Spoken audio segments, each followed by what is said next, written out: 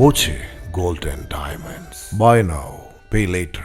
ഒറ്റപ്പാലത്ത് ഗതാഗത കുരുക്കിൽപ്പെട്ട് ഇഴഞ്ഞു നീങ്ങുകയായിരുന്ന സ്കൂട്ടർ യാത്രക്കാരിയെ ഇടിച്ചു വീഴ്ത്തിയതും പിന്നീട് തലയിലൂടെ കയറിയിറങ്ങിയതും സ്വകാര്യ ബസ് തന്നെയെന്ന് പോലീസ്.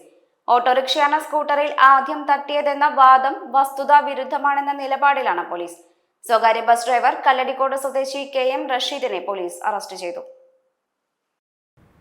കഴിഞ്ഞ ദിവസം വൈകിട്ട് 5:15 തൃക്കങ്ങോട് മലമ്പള്ളയിൽ സന്ധ്യയുടെ മരണത്തിനിടയാക്കിയ അപകടം നടന്നത്.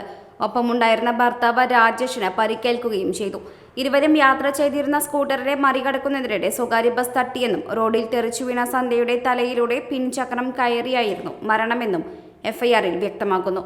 സ്കൂട്ടറിൽ ആദ്യം തട്ടിയത് ഏതോ ഓട്ടോയാണെന്ന വാദം പൂർണ്ണമായി തള്ളുകയാണ് പോലീസ്.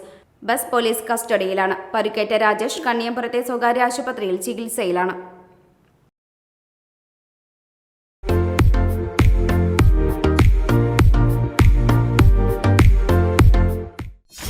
.view news. കാഴ്ചകളാണ് ലോകം. കണ്ടു തുടങ്ങുക.